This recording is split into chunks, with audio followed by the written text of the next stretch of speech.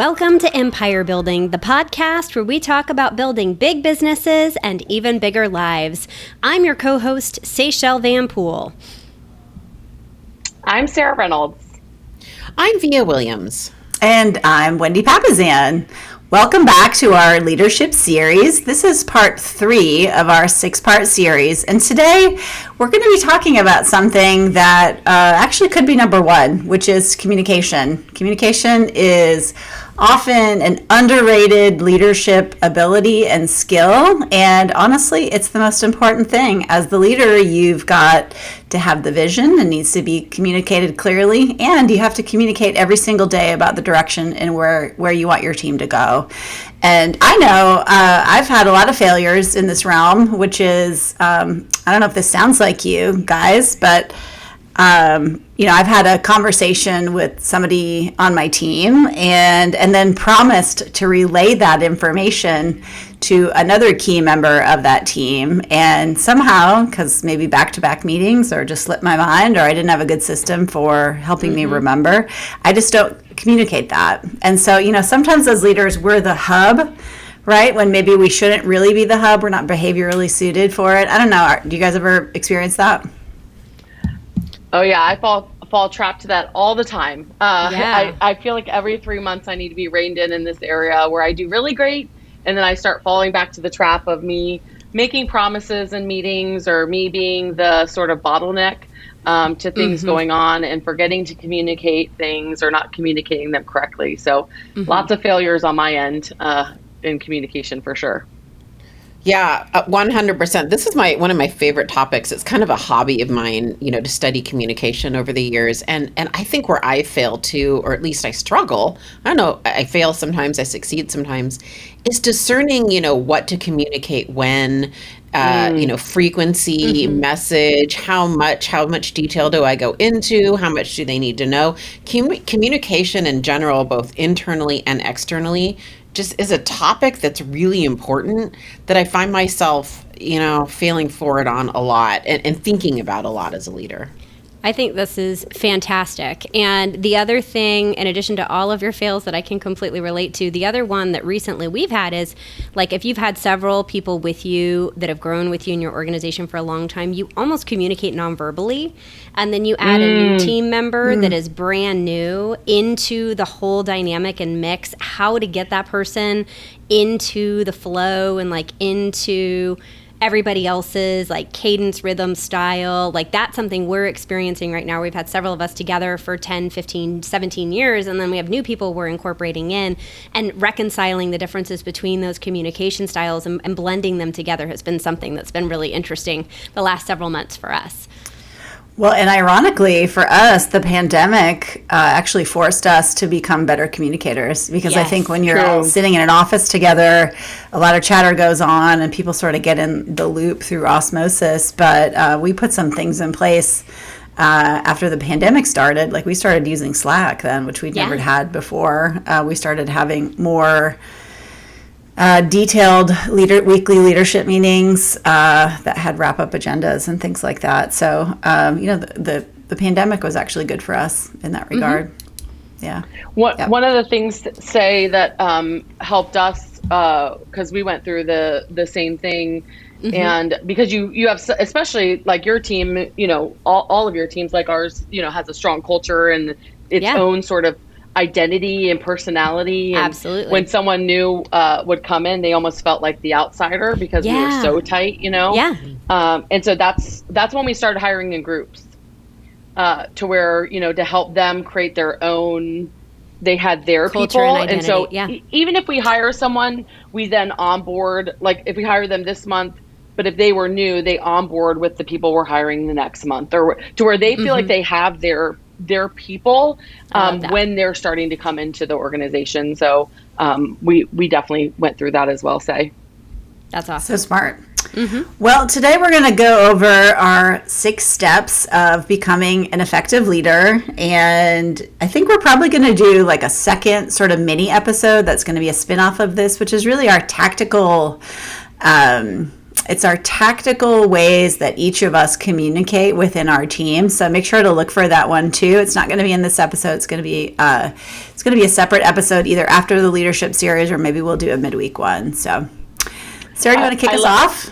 Yeah, I love the way Wendy said that. 6 ways to be an effective leader. Like, so easy breezy. You just follow these super 6 simple. No problem. This is it. Yeah. 25 minutes, you're done. You got it. Yeah, you can be the best leader in communication. So we know that sometimes when we talk on here, it sounds super easy, but we know how hard it is, and how all of our listeners I know are working so hard on becoming better leaders and better empire builders, and we struggle and have hard times every single day. But let's dive into the 6 things. So the first thing is to listen. What? To listen. What? Sorry, were you doing 8 other things? So listen, and being an active listener. I know Via, you have worked really hard in this area with your VOPRA skills. And I remember leading a panel and calling you and saying, okay, what do I do?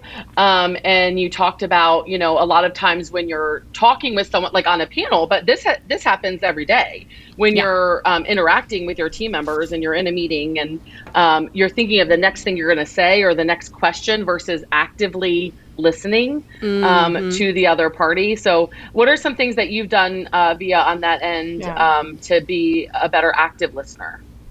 Well, I think that it takes a lot of energy, and people underestimate that. And so, so I like the word active listener, but you can take notes. That helps me stay focused, a lot. And also, you can be prepared if we're talking about, and we're not, but if we were talking about being on stage or podcast and doing that kind of an interview, that's where preparation helps, because you can relax. You don't have to worry so much about preparing your next question if you've already prepared potential questions, right? So you can really listen. But the same goes in a business setting, even in a family setting, if we're talking about family, where if you're really prepared and mindful and in the moment, and you can shelve and silo any future projections on, what your need to respond needs to be, and you can be at peace with a little pause and a little bit of contemplation, then you can relax into listening well, right? So I just you kind of have to give up the need to look good and be right all the time, because you have to lean into just listening, and then just know you might have a pause where you're going to have to think for 30 seconds, and just be okay with that. Yeah, the other key thing that helps with listening is asking questions, right? And I think one of the things that I try to teach our sales team as well as all of our leaders is, you want to ask questions, but then giving the other person time to respond before moving on, right? So I have found that counting in your head 10 seconds. So if you're sitting down with one of your team members or someone in your organization and you struggle with listening, I always want to say the next thing and jump in, and I'm more aggressive and all those things. And so for me, I've had to implement a 10-second rule where I literally count in my head 10 seconds, so then I'm not interrupting them. They're thinking. So when they're not answering, they're actually hearing stuff because their mind is going.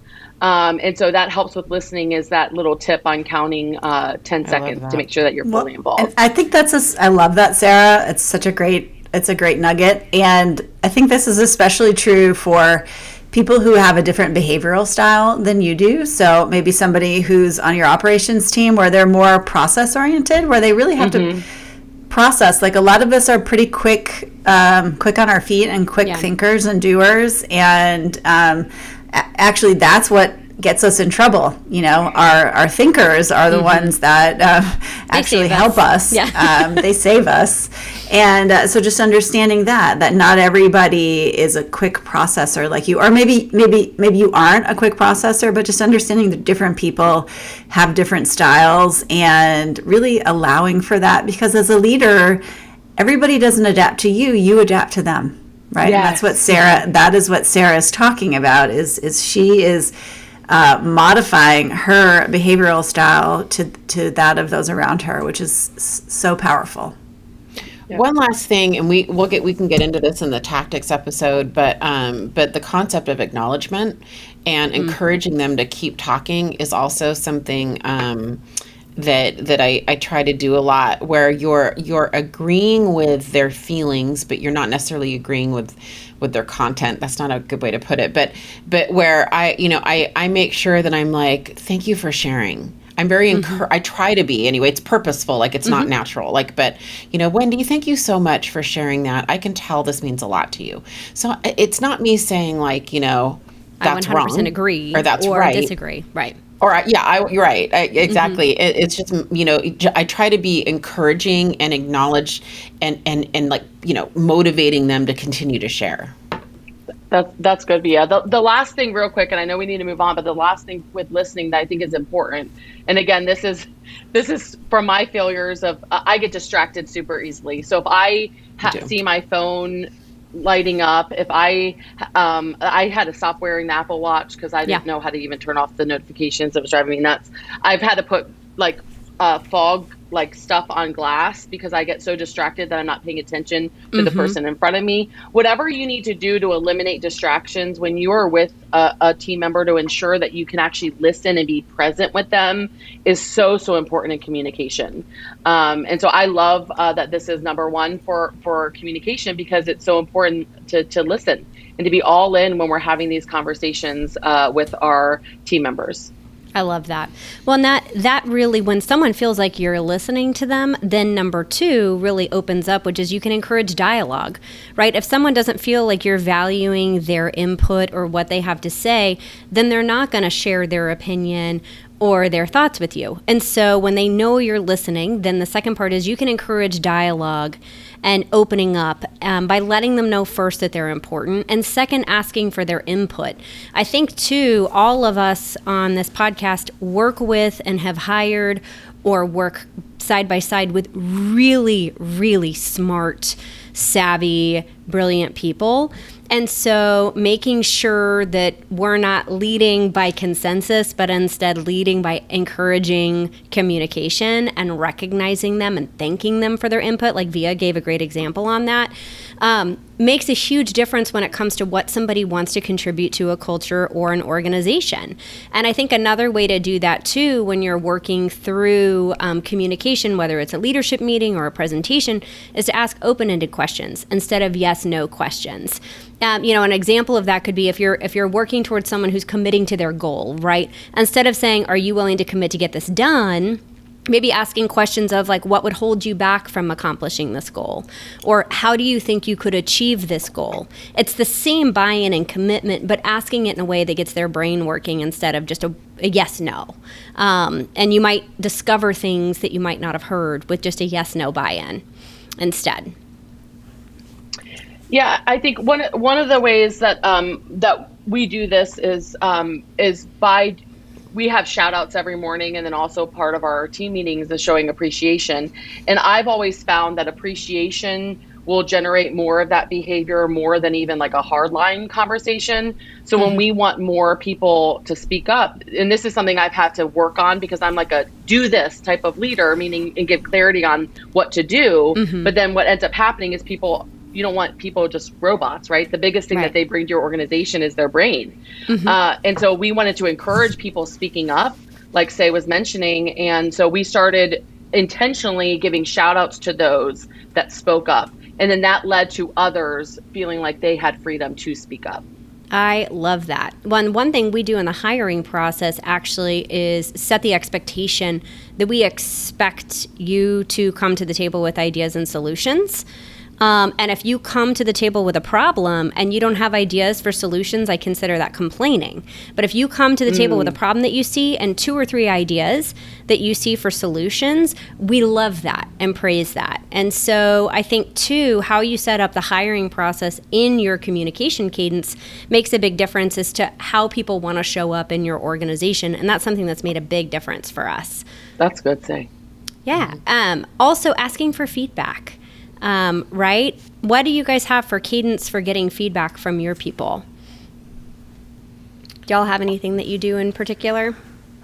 Well, we used to have a survey that went out, which was great. And then somewhere along the line during the pandemic, that got stopped. But that was actually, it's sort of scary to do that. Yeah. It was scary to get feedback like that. I think what we do now is it's just really encourage, the people that are at the top of your organization that are your key leaders. You need to just have that conversation with them, which for me sounds like this, which is, I don't get any feedback from anyone. I'm isolated here, and you need to let me know because I want to become a better leader. I want to become a better, because I have a job on my team too. I want to become better at my job. So you need to give me feedback on that, and, if you've got great people on your team and you've allowed them to do that, they'll tell you what you need to hear, and it's not always comfortable. Yeah. It can be uncomfortable. But that's like Renee calls that rumbling through, vulnerability. Yeah. Well, I think good leaders, especially with communication, give everybody a voice, not a vote. And so, it's important to have an atmosphere of praising in public, or at least around the team, when someone does speak up. And so I'm very conscious of that because I've also failed in that. I've failed because I've gotten defensive before. They don't know the whole story. And then when they don't know the whole story, the question is, should they have known the whole story? And it goes back to what I was saying at the beginning, it's a struggle knowing what to communicate, how often and when and to whom. And so I do think that positive reinforcement is good here. And then we talked about, the concept of validation. I try to validate a lot. So we just had I'm fresh from this. It's good timing. 2 days ago, I had all of my team leaders up in Bellingham together in person, and someone spoke up, and we were a nice, tight leadership group. So it was a good thing. And I was very conscious in the moment that this was a moment to do that. And so I validated them. I'm like, thank you for bringing that up. And someone actually went on to another topic. I go, hold on. I want to go back to what she said because she had a question. Do you guys all have that question? And they nodded. And I go, do you want to have a real talk, guys? Do you want to have a real talk? And I paused this, and I was like, thank you for bringing that up. I would like to think I made it safe. And what was interesting is I did zero prep for that offsite. So now all my team leaders listening know that. Usually I prep for days on those. Right. I did zero prep. Do you know how many, I think 3 of them were like, that was the best offsite we've ever had. But I think it was because they had a voice and they felt heard, and they felt like that I did encourage dialogue, right? Yeah. And I pass and fail on that. Like anyone, I think we all do. Well, and and some of it has to do with how busy and rushed you're feeling, honestly. We need to, that. I know for me, that's a big part of it. When I have a lot of things to do and very little time, it's like you're just less likely to do some of these things. That's right. Honestly. So the last part of that too is staying neutral in your reaction. I think sometimes, especially as females, we visually express how we're feeling, and it shows on our faces sometimes more than maybe what we want it to. And so I always have to really work to keep my eyebrows from showing what my reaction is if I'm in extreme or not extreme agreement and we're needing to make decisions. And so I always try to be very mindful of staying in curiosity, not having, either my questions, my response, or my face physically showing that I'm trying to guide them one way or the other when I'm trying to get open conversation. But Botox can help with that, right? Or yeah. But maybe I need to see Botox. They should. Just give yourself some Botox. I've never done it. I haven't either, clearly, because you can see my lines. I think I'm ready. All right. I think Botox is amazing. So I think that's such an important part of leadership. We're actually going to talk about it in another episode, but the concept of being really self-aware with how your reactions are perceived when you're a leader, it does take failing forward. There's no way to experience that until you fail, because if you're somewhat humble, I think your natural inclination is I'm not all that. Like, I'm not that important. And the fact is, if you're somebody's leader, you're really important to them. And those reactions, if you're, I read an Mean a big article deal. the other day, and it said if you're wincing in pain because your back hurts when someone's giving a presentation, the perception in that whole room could be that you're wincing at their Yes. presentation. Yes. Because they're all watching Yes. you. And so, like, Yeah. I really was struck by that example. so And good. so- Yeah, it is. Yeah. It's And so we're- true. you can be a humble leader, but you have to understand you have an impact on those you lead. And when you listen, I mean, it's honoring them in the nth degree. And you can't just listen, you have to say something. You have to show that you're listening. Yeah. I think you have to validate, but being neutral to your point, and being guarding the wincing of your face because your Yeah. back hurts or whatever. Yeah. Or Well, I mean, because something they said. I had one time, It's like, important. I had a visceral reaction to something that happened one time in a meeting, and Nick happened to be, like, kind of in and around behind the scenes, and he walked up and he whispered in my ear. This is when I really became aware of it. He whispered in my ear, he goes, "Your disdain is showing right now." Oh, that's me. And I have was to be like, calm.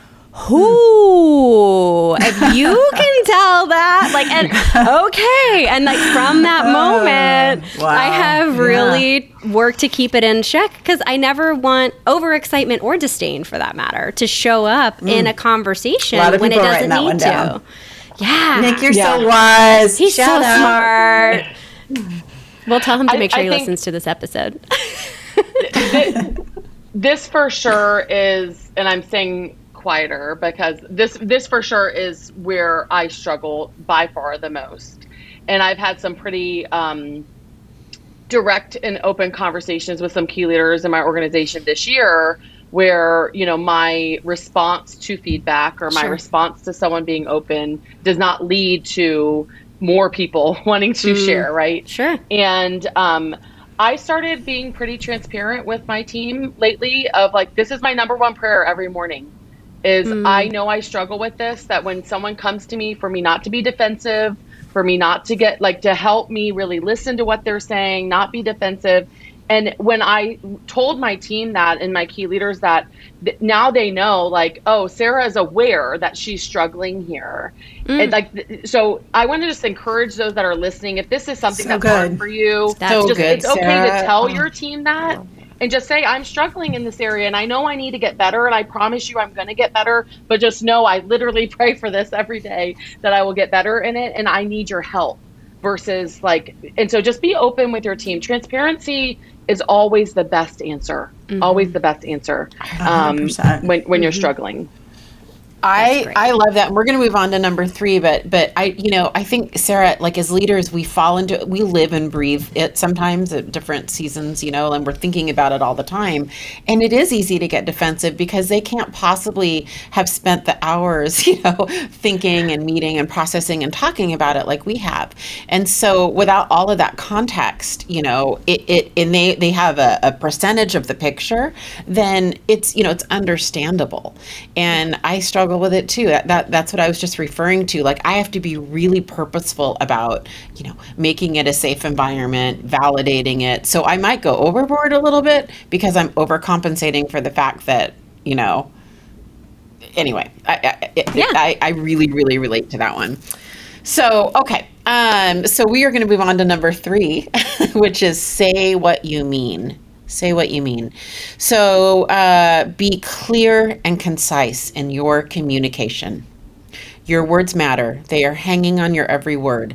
You can no longer afford to, if you're leading anybody, you can no longer afford to be lazy with your words, right? Every single one of them matters. In large part, as a leader, your job is to simplify the complex.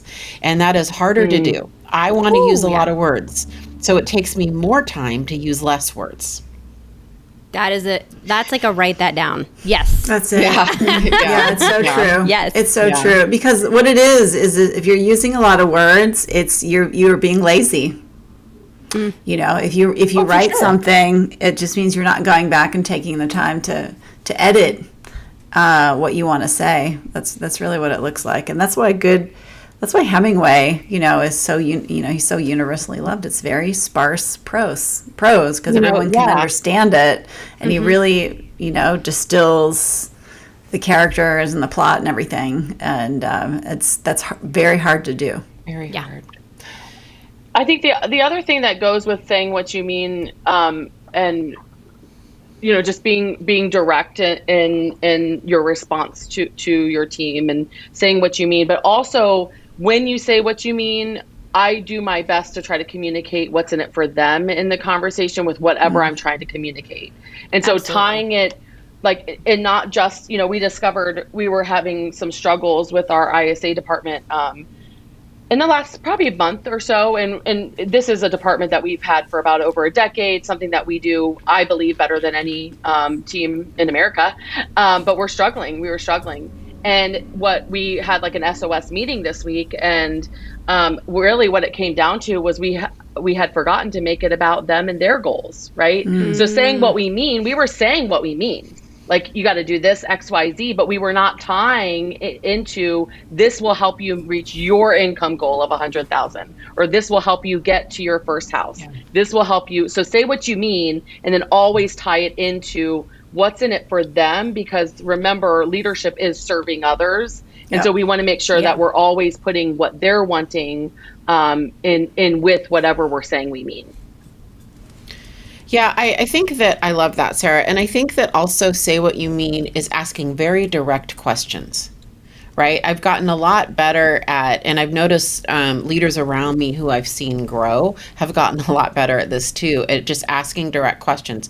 Sarah, what did you do prior to this to get yourself in this situation? Sarah, what lead sources were you contacting? Sarah, how many contacts have you been contacting every day? Sarah, have you been doing your power hour every day in the last 5 days? I mean, like, it's just much more specific, clear, and concise, frankly, and precise questions and statements, right? I've just gotten to the point where this beating around the bush just doesn't work. Side note, when you're giving news, bad news, when you're sharing bad news, there's a book called Simply Said that to me it's kind of the Via Bible, certainly, of communication. And they have a really good chapter in there on delivering news. But one of the things that I've really internalized is the first statement tells the person what's coming next. So Seychelle, I want you to know right now, everything's going to be okay and your house is still going to sell. And I want to tell you there's been a bump in the road and this is what's going on. There's going to be a delay. So good. Now, so you're bracing yourself for, okay, now sometimes, and we've all had these moments, Seychelle, I want to let you know we're going to have a really hard conversation and your home the sale's going to fail. Now, I want to walk back and talk about what we can do about it, what this means for you, what the action items are over the next week, what we're doing right now, and what's going on, okay? And so, like whatever it is, it's bracing the person instead of nothing is worse than the blind agenda. Nothing is worse than texting somebody and saying, hey, we need to talk. When can we talk? Yes. We need to talk. That is such a trigger. That is a trigger statement for me. That is a total trigger statement. Yeah. Well, and I think a lot of our listeners, we can be people pleasers, right? We're yes people, and especially women. A lot of women were taught to be nice and not give bad news, and make everyone happy and all of those things. And so that's why there's a lot of obfuscation from women around language, right? Which is like, I don't want to hurt anyone, so I'm going to like fluff it all up. And what that does is it just confuses people. It really confuses people. You guys know I don't have that problem. I'm super direct. And yet I see a lot of people do it. And actually it's really confusing to me when people talk to me like that. I don't understand why there's like almost like lots of words around what they really want to say. So I love how you phrase it, Via. Mm-hmm. That's definitely been a struggle. That's on the for podcast me especially. I do, but it doesn't. Yeah. I've struggled with that big time and had to really learn how to rein that in, because growing up in the South, we're people pleasers, and you're taught to build consensus and always be positive, and that's just a bit. That's just a big part of how I was raised. So I have had to completely relearn that entire communication part completely. Yeah, so good. And there is actually a Hemingway app. So just FYI, guys, you can put some internal communication through that, and it'll clean it up for you. All right, so moving to number 4, use nonverbal cues to your advantage. I'm not going to belabor this one because we've actually talked about it quite a bit already, but do open body language, right? Don't cross your arms when you're standing in front of people, especially for women. If you can, talk into your collarbone. I have a very soft voice, so I have to really, you can hear me talking into my collarbone. You can actually put your hand up and you can feel it. And so a deeper tone, it conveys power, it conveys respect. And if that's something that you're going for, if you've got a meeting in front of a lot of people, that's really important. Slow down when you're speaking. A lot of us speak very quickly, right? If you're speaking one-on-one with someone, don't forget to mirror and match, because again, as the leader, you are communicating with that other person, and your job as the leader is to make them feel comfortable. Lean in when you're speaking, right? Lean in when you're speaking or when you're listening to someone. You can literally, I think, what is it, nonverbal, 7% of communication is your words. Nonverbal is 70%.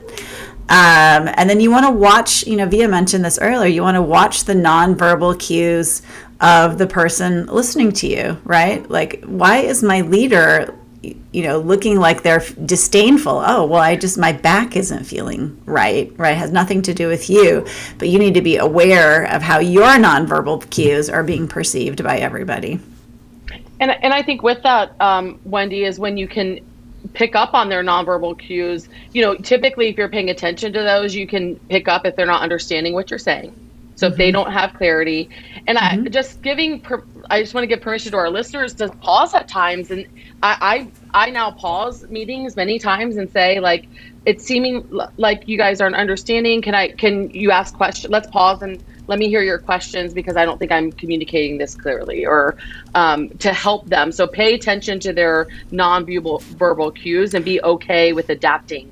I love that, Sarah, because really what you're saying is it's my job to communicate effectively. It's not their job to understand what I'm saying. Correct. If you aren't communicating something, if they're not getting, what you're laying down, it's because of you. It's not because of them, right? Yep. Yeah. Yep. So smart. Yep. So number 6 is have integrity with your word. So Zig Ziglar said, "It is true that integrity alone won't." Number 5. Number 5. It's true. It's true that integrity alone won't make you a leader, but without integrity, you will never be one. I remember reading that you can grow with a lack of integrity, but you will not stay there. Meaning, you can grow an organization, but if you lack integrity, your organization will not stay where it was. And so, being transparent, or you'll be ousted. Yes. Yep. You'll be ousted. Yep. Being transparent, being honest, doing what you say you're going to do. I remember when we do surveys pretty regularly, and I remember about 5 years ago when we did a survey, and multiple of my team members said that I was saying I was going to do things and wasn't doing them. And it was hard to read. It was, but that was a lack of integrity, right? If I was saying I was going to do something and then not doing it, then that was my lack of integrity. And so I stood up and I apologized, and I explained that I needed a better system for when things were being thrown at me. Because what was happening was I would walk in the door, and then team members would come up. Can you call this client? Can you do this? I was getting a list of things to do, and me being a people pleaser, I'm like, yes, I'll do that. Yes, I'll do that. So I was making all these promises. And so I needed to explain the best way, if they need my help with something, how to communicate that to me, right? But having integrity and showing that you have integrity to your team is such a big, big part of communication. I mean, this is such an important topic with me right now that my word of the year is finish, because I have to be cautious of what I'm starting, because I have overpromised so much that I have gotten out of relationship with my own word. And I've gotten out of integrity with my own word, because I was saying I was going to do so much.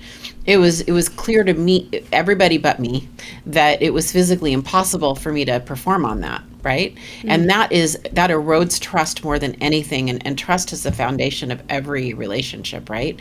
So having integrity with your word, it's part of the 4 agreements. Be impeccable to your word. is kind of my focus this year, and it is really hard to do. When you say you're going to do something, like really think about it. Like if you say, I'm going to wake up and make my bed, do you have a relationship with your words so that you believe that you're going to do that yourself? And then it moves to other people. I mean, this is a big topic in my life anyway. And it's tougher than it sounds. A big part. Yeah. Yeah. Sorry, Via, for interrupting you. I got excited. No, it's okay. A big part.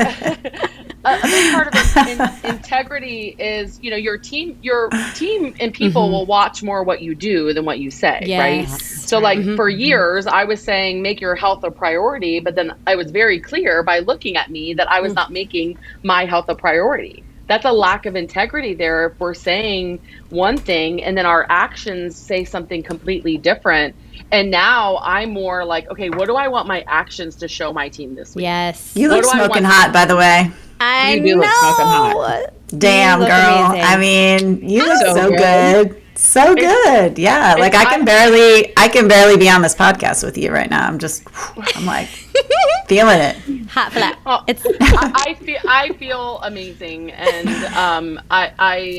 yes, I feel amazing, and I'm proud of myself for that. Good. You should and be. You've worked really hard.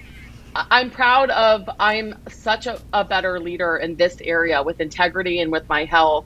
And my entire organization looks different because of it. And so that's why I got excited to share when Via was talking, was just because this is something that your actions have to match. And that is integrity. Your personal actions, they all will look to you and follow you. So. Well, that's why the first part of the series is self-leadership, right? Yeah. It's just so important. You have to be able to lead yourself in order to lead other people. And it doesn't mean you have to be perfect in every area. I mean, I think even before you started your health journey, Sarah, everyone in your world would say what an incredible leader you were. And it's part of our journey to work on every area of ourself, right? And to have self-leadership over those areas of ourself. And it's always a journey, right? It's always a journey. It's a muscle. I think this is a muscle you're building. It's, to me, I used to hear the phrase of like, you either have integrity or you don't.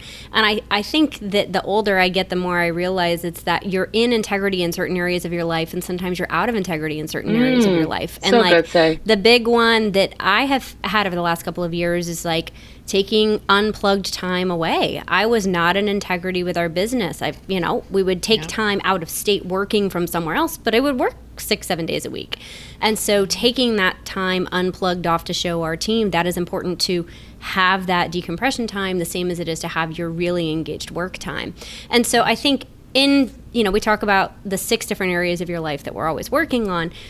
I think at any given point in time, we're in a counterbalance, usually in one area because we're leaning heavily in another, and we have to flex that muscle to get back. And I'm so proud of your journey on the health side, because you can see that integrity for you internally growing so much in that side. And it's awesome. And that's what we've just been doing this year on actually taking time off. So I love it. It's great. So good. I'm so proud of you guys. We're growing. So then the next one and the last one is, and probably this could be the first one, but also could be the last one, which is make it about them and not you. That probably could be the first part of communication too, which is make it about them and not you. You want to speak, write, present with your audience in mind, and really ask yourself the question of like, what does my audience need to hear, or what is the primary thing I am trying to get our team to do out of this meeting or out of this communication. And making it simple and effective helps, but also, like Sarah mentioned earlier, right? Like what's in it for them?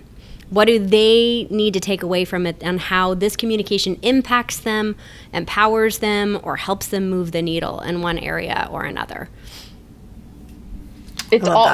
That's always important. It's extremely important when there's lots of changes happening in the organization or in the market, right? So we're experiencing a shift. And so communication and making sure that, leadership's being really hard right now and in holding everyone more fiercely accountable. And why we're doing that is to make sure that you reach your goal. And you told us your goal was XYZ, and making it always about them and what they're wanting to accomplish is so important, especially when changes are around or there's high levels of fear going on. I completely agree. And if you think about communication is not what you're communicating, but how people are receiving you, it helps. Because while you can only control what you're communicating, you're responsible for how they're receiving it. Wendy mentioned it a little bit, basically earlier, right? And so we call that WIFM, Sarah. I am constantly, everything has to have a WIFM. What's in it for me? What does this mean for me? What action steps do I have to take because of this information and because of this news? And when you become other focused, that's really what Simply Said taught me. That book was the concept of, it's how others receive this and how it's relevant. I read this really good article on engagement and why people engage with you versus not. And it has to, a lot of it has to do with proximity to their biggest challenge, proximity in geography, proximity in how close you are to them, right? And so when you think about them, not you, think about the proximity. How can you get in closer proximity to their problem, to their challenge, to what they need, to their motivation? I constantly think in terms of proximity. And I know it's kind of an odd, higher level, like it's kind of a esoteric concept, but it's really interesting if you think about it that way. I love that. So smart. So many nuggets today. I know we all struggle with communication in different ways all the time. So I think my main takeaway from today is really to understand how important communication is and continue to get better at it, right? That's my main takeaway for the day. And there are specific ways we can do that. And what I love about what we talked about is if you think about a leader from 50 or 70 years ago, where it's a top-down leader, where the leader is speaking at people instead of encouraging team participation.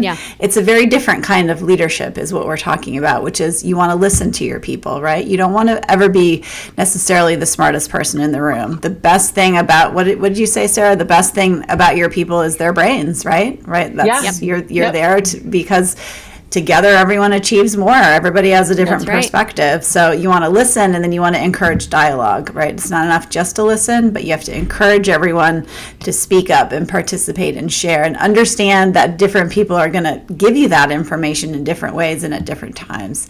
And then, of course, you want to say what you mean, right? Be specific about it. Don't beat around the bush. Remember that nonverbal communication is a huge part of communication, right? It's 70% of it. So don't have that Nick whispering in your ear, right? Which is, I see the disdain on your face, right? We don't want that to happen. That's a big no-no. And then have integrity, right? It's really important, especially when leading through tough times. Be the person you want your employees to be. Right? Be that person. Be in integrity with your word.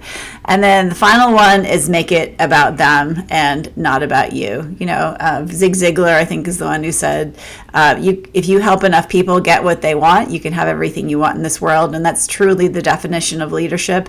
And that starts with fantastic communication. So thank you guys for tuning in today. I hope you join us for our next episode, where we're going to get really tactical about the ways that we use communication to our advantage on our teams and in our organizations. And until then, go out and live a big life, and don't forget to grow a big business while you're at it. Bye, guys. Bye. Bye.